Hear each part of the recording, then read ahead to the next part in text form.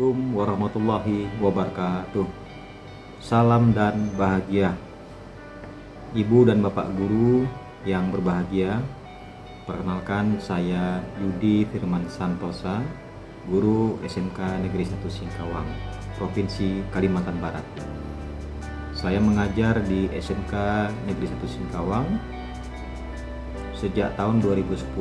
Kali ini izinkan saya untuk berbagi tentang bagaimana menerapkan integrasi pembelajaran sosial emosional di kelas.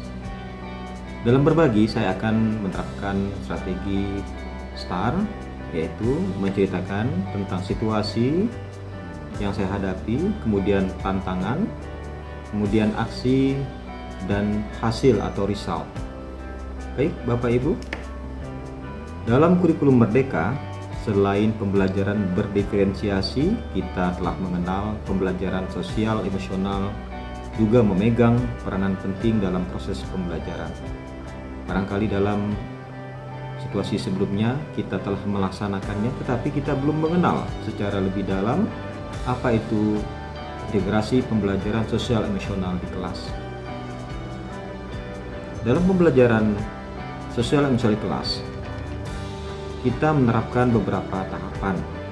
Yang paling penting adalah mindfulness atau kesadaran penuh, yang tentu akan menuntun murid kita untuk belajar melibatkan intelektual, fisik, emosional, dan karakter agar menjadi pelajar dengan profil pelajar Pancasila. 5 kompetensi sosial dan emosional yang dapat kita integrasikan dalam pembelajaran di kelas adalah yang pertama, kesadaran diri, manajemen diri, kesadaran sosial, keterampilan berelasi, dan yang terakhir adalah pengambilan keputusan yang bertanggung jawab. Integrasi dalam praktik mengajar guru dalam sebuah kurikulum dapat dieksplorasi di kelas dengan tujuan agar murid dapat memahami, menghayati, dan mengelola emosi, yaitu kesadaran dirinya, kemudian menerapkan dan mencapai tujuan positifnya, bagaimana manajemen dirinya, merasakan dan menunjukkan empati kepada orang lain berupa kesadaran sosialnya, membangun dan mempertahankan hubungan yang positif, serta mampu membuat keputusan yang bertanggung jawab, merupakan kompetensi yang berkaitan dengan pengambilan keputusan yang bertanggung jawab.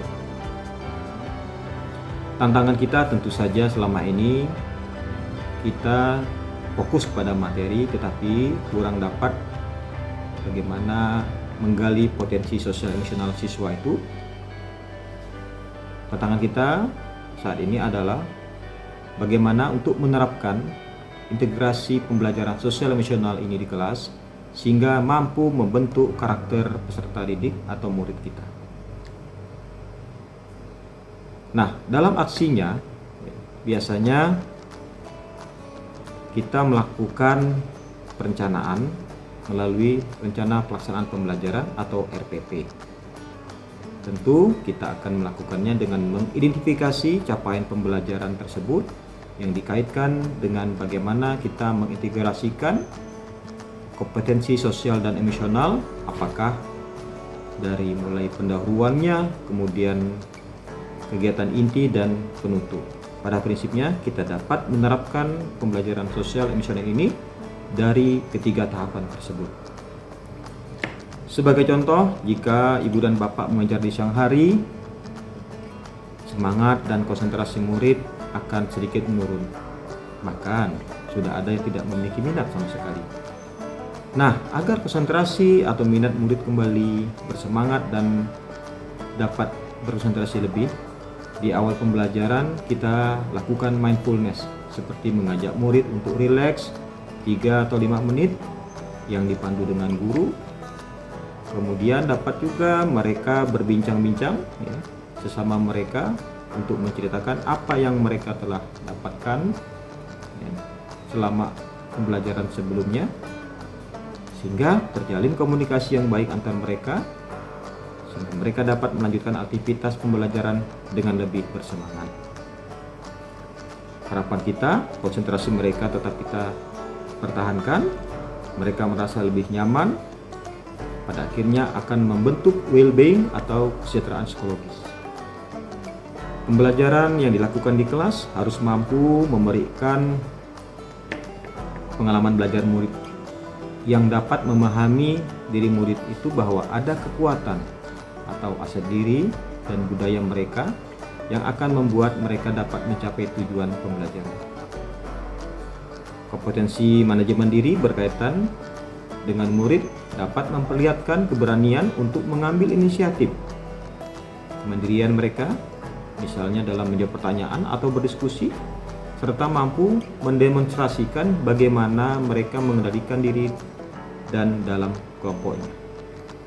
Kompetensi kesadaran sosial, misalnya pada waktu mereka berdiskusi, murid dapat mempertimbangkan pandangan atau pemikiran rekannya, menghargai bahwa setiap orang memiliki kemampuan atau kekuatan dan ditunjukkan dengan mengapresiasi pendapat temannya. Kompetensi keterampilan berelasi adalah kemampuan untuk membangun dan mempertahankan hubungan-hubungan yang sehat dan suportif. Misalnya murid mampu berkomunikasi dengan lebih efektif, mengembangkan hubungan yang positif, mempraktikkan kerjasama yang baik untuk memecahkan masalah secara kolaboratif. Berikutnya, dalam kompetensi pengambilan keputusan yang bertanggung jawab, murid mampu mengambil pilihan-pilihan dari beberapa alternatif untuk membangun atas dasar kepedulian, kapasitas dalam mempertimbangkan standar-standar etis dan rasa aman, dan mengevaluasi manfaat dan konsekuensi dari tindakan yang diambil merupakan tujuan akhirnya adalah kesejahteraan psikologis atau well-being bagi dirinya sendiri, kelompok, bahkan masyarakat sekitarnya. Dari pengalaman yang saya lakukan menunjukkan hasil bahwa ketika kita mempraktikannya untuk diintegrasikan dalam pembelajaran, semangat mereka dapat kembali terbangun, ada mampu berkomunikasi dengan baik, berdiskusi dengan baik, menghargai satu sama lain, bahwa mereka meyakini perbedaan pendapat adalah hal yang wajar, kemampuan public speaking atau bagaimana mereka berkomunikasi lebih efektif dapat meningkat karena diawali dengan ketertarikan mereka, dan pada prinsipnya mindfulness yang kita lakukan di pembelajaran menjadi suatu hal yang penting untuk membangun emosi mereka untuk menjadi lebih baik.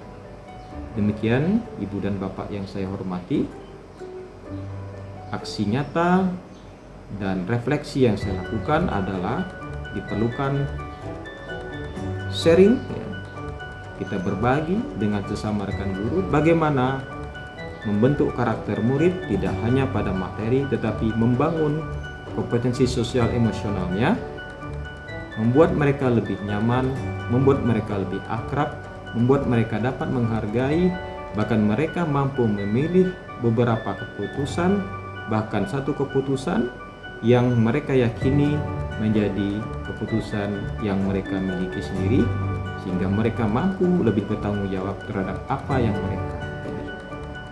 Terima kasih, mohon maaf atas segala kekurangan. Billahi taufiq wal hidayah. Wassalamualaikum warahmatullahi wabarakatuh. Salam dan